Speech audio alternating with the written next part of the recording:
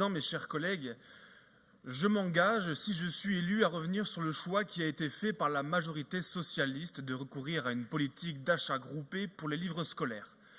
Je propose que la politique actuellement mise en place pour les livres en région Rhône-Alpes soit étendue à l'ensemble de la région.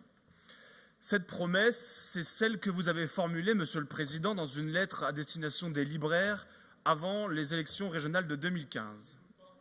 Il est parti. Vauquier l'a dit, Vauquier a menti. C'est derrière un titre tape à l'œil que vous démontrez votre incohérence, pour ne pas dire votre malhonnêteté, un titre dont à première vue, évidemment, personne dans cette Assemblée ne peut s'opposer à l'objectif affiché de la gratuité des manuels scolaires. Le procédé que vous voulez mettre en place est pourtant critiquable à bien des égards. Il consiste, comme dans toutes les régions de France où cette décision a été appliquée, à favoriser les grossistes de livres, souvent hors région, pour la distribution gratuite des manuels scolaires, puisque la plupart des librairies indépendantes ne sont pas en mesure de remporter le système d'appel d'offres. Alors favoriser les plus gros, pénaliser les plus faibles, voilà qui entre en contradiction parfaite avec l'homme qui inventa un plan de soutien au commerce de proximité que du reste nous avons soutenu, mais dont les conséquences certaines sont la fermeture de dizaines de librairies indépendantes et la suppression de dizaines d'emplois. Alors déjà touchés de plein fouet par les politiques locales de piétonisation ou de la chasse des voitures ou encore de l'explosion du prix de stationnement, etc., les libraires et plus largement les commerces sont les victimes des grandes enseignes et du commerce en ligne. Car, Monsieur le Président, nous ne nous y trompons pas. Les manuels scolaires sont d'une importance capitale pour les libraires, pour lesquels le chiffre d'affaires représente 15 à 25% et que l'acheminement direct de ces manuels scolaires dans les lycées représenterait une perte immédiate. Au-delà de la disparition des ventes d'achat de manuels scolaires, ce sont aussi les articles parascolaires, de la papeterie, de la fourniture scolaire, de ces achats additionnels qui seront un manque à gagner pour les commerçants.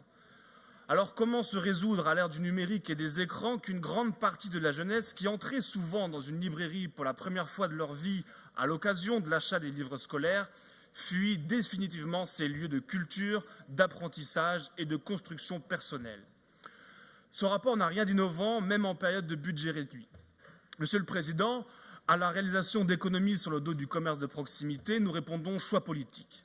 Nous préférerons financer la gratuité des livres scolaires, du tronc commun et des consommables à 100% sur la présentation des justificatifs d'achat, ou en augmentant le budget du Pass Région plutôt que de priver les libraires de 30 millions d'euros.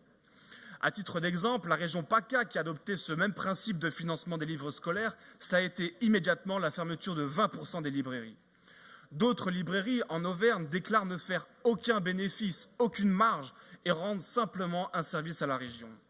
En effet, la rentabilité des librairies est en moyenne inférieure à 1%, c'est la plus faible du commerce de détail. À Grenoble, déjà victime des politiques délirantes de l'alliance vert-rose-rouge, la librairie Gibert prévoit la suppression d'un poste sur 15 salariés qu'elle compte. À Saint-Étienne, ce sont 4 emplois qui sont sur la sellette dans la librairie de Paris. Et ces exemples sont multiples dans tout le territoire rhône-alpin. Monsieur le Président, vous qui avez annoncé votre volonté de défendre les commerces de proximité, vous qui avez promis de revenir sur le système d'achat groupé, vous devez honorer votre parole.